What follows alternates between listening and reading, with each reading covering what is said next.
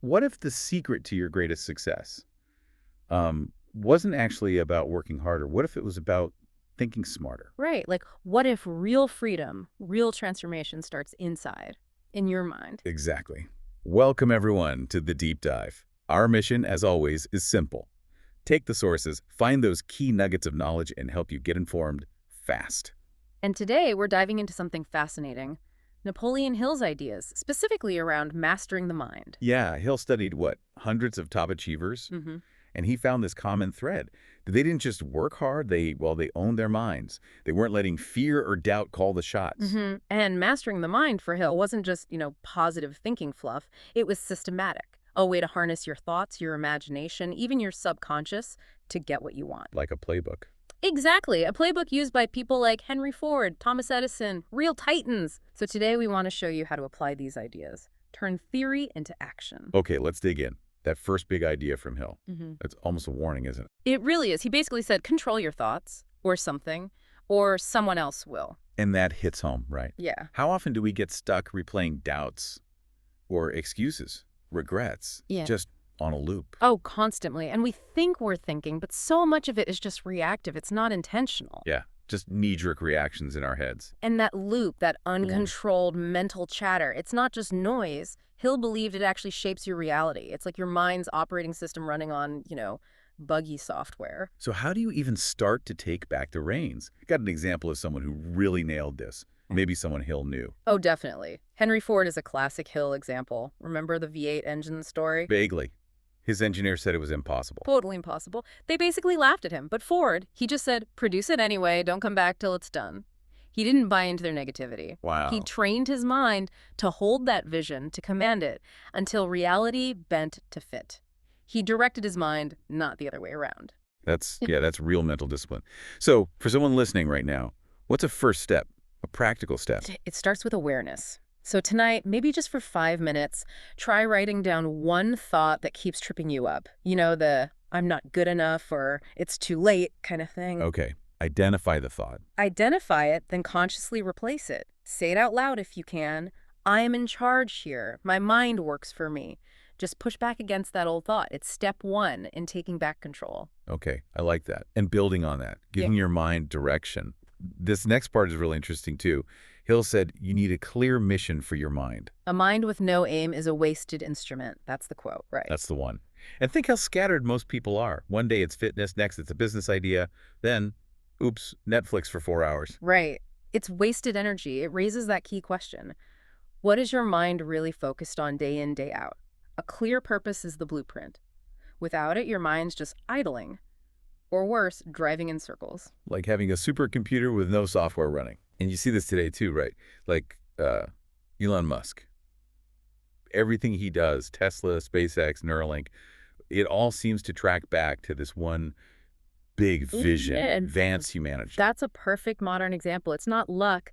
It's that definite purpose steering the ship. It gives the mind an anchor. So how do we find our definite purpose and make it stick? Well, start by asking, what do I really want my mind focused on for, say, the next 6 months? And crucially, Hill said, write it down. Write it down. Why does that matter so much? Because writing it, especially daily, plants it deep in your subconscious. It's like giving your subconscious a direct order. And then subtly, it starts aligning your actions, your focus, even the opportunities you notice with that purpose. It's powerful stuff. Okay, so we've talked control and we've talked purpose. As you're listening, what's standing out to you so far? Is there maybe one area where you feel your mind's working against you, maybe just because it lacks that clear mission? Something to think about. Now, if you have that purpose, you still need to execute. And Hill was huge on focus. He said, the man who can center his attention upon one problem at a time is bound to succeed. And he believed distraction is basically why most people stay. Average. It makes sense if you're constantly pulled in different directions. Your mind literally wires itself based on what you practice. Spend all day jumping between social media, emails, gossip, random tasks. You're actually training your brain to be scattered. You're building distraction pathways. Pretty much, yeah. Making deep focused work harder and harder. Is there, science behind this? Or is it just Hill's observation? Oh, the science backs it up strongly. There was a Stanford study, for instance, showing that heavy multitaskers actually perform worse on memory tasks and struggle more with attention control. Wow. So multitasking isn't just inefficient, it actively makes you less capable. In terms of deep work, yes, it's a silent potential killer. Okay, that's a bit scary. Oh. So how do we fight back? How do we train for focus? Try a focus sprint. Just 25 minutes tonight. Pick one task. Phone off, notifications silenced, no other tabs open, just that one thing. Even if it feels hard. Especially if it feels hard. That difficulty is the training. You're teaching your mind to obey, to stay put, building that focus muscle. Got it. Focus sprints. Now, related to wiring the brain, this next one from Hill feels huge. The subconscious, he said it's always listening. Always on, always recording, every word you think, every word you say, especially about yourself. So those casual things like, I'm so broke, or I always mess this up. Your subconscious doesn't judge, it just takes it as data, as truth. Repeat it enough, and that thought becomes a belief, part of your identity. Wow. So we're constantly programming ourselves, maybe without even realizing it. Absolutely. And Hill saw this as the key to real transformation. Understanding that your subconscious is like this powerful servant waiting for instructions. You need to consciously feed it the right instructions, the positive beliefs. Take control of that inner chatter. Is there anyone famous who really embodies this? Using the subconscious intentionally. Well, Oprah Winfrey talks about this a lot, right? Using intention statements, affirmations she repeats daily. Right, I've heard that. She directly credits that practice consciously programming her subconscious for helping her move from poverty to incredible influence. It's about feeding the mind what you want it to believe. So what's the action step here? How do we start feeding our subconscious better things? Super simple, but powerful. Tonight, before sleep, say one thing out loud that you want your mind to truly accept, like, I attract great opportunities, or my focus gets stronger every day. Just one thing. Just one, but repeat that same statement every night.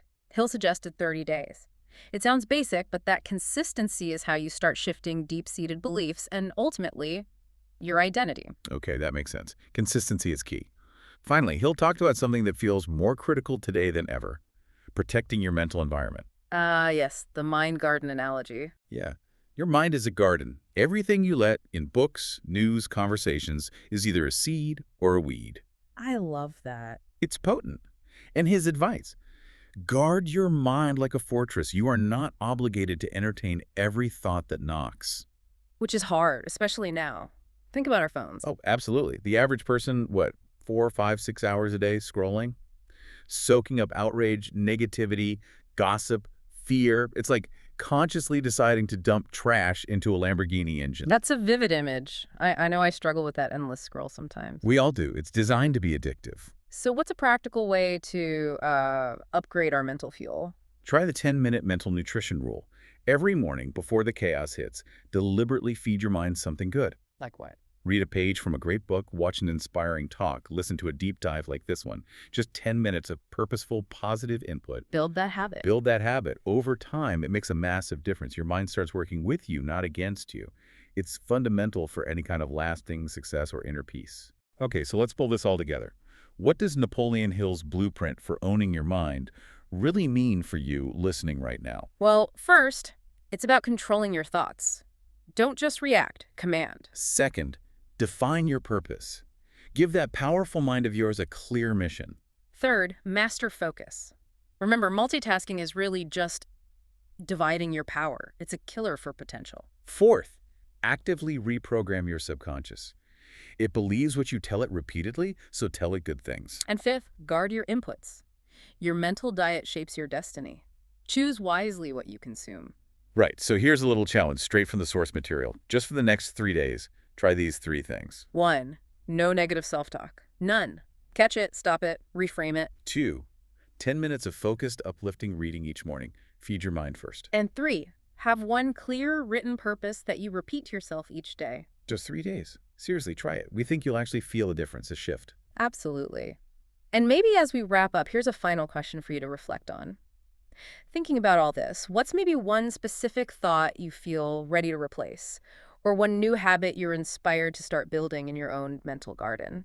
Because ultimately, as Napoleon Hill himself put it so powerfully, you either own your mind or your mind owns you. There's not really an in-between. That's the core of it. So if this deep dive resonated, if you found some value here, maybe share it. Pass it along to family or friends who might also benefit from these ideas on mastering their mind. Sharing this kind of knowledge really helps everyone level up.